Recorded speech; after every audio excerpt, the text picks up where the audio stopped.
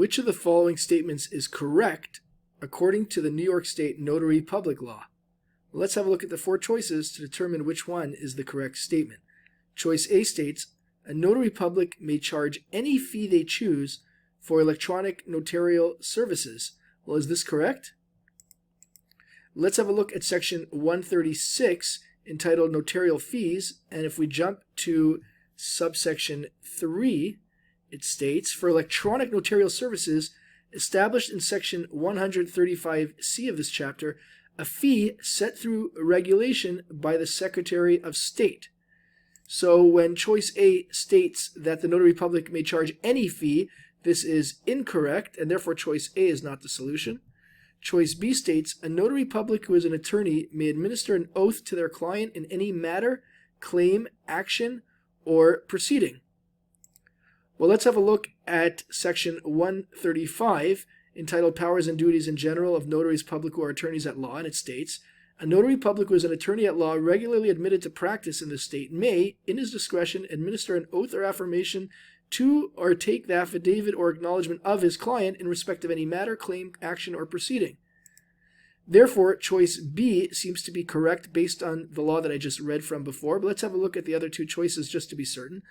Choice C states, a notary public must always include a disclaimer in English when advertising their services in a language other than English. Well, let's have a look at section 135-B entitled Advertising by Notaries Public.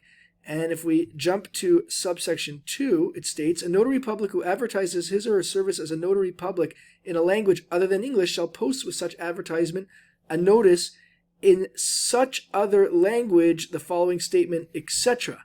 So looking back to choice C, this is incorrect because it states that the disclaimer must also be in English. However, it's supposed to be in the other language, and therefore choice C is not the correct solution. And finally, choice D states, a notary public who is an employee of a corporation may take the acknowledgement of a written instrument executed to or by such corporation, even if they are individually a party executing the instrument.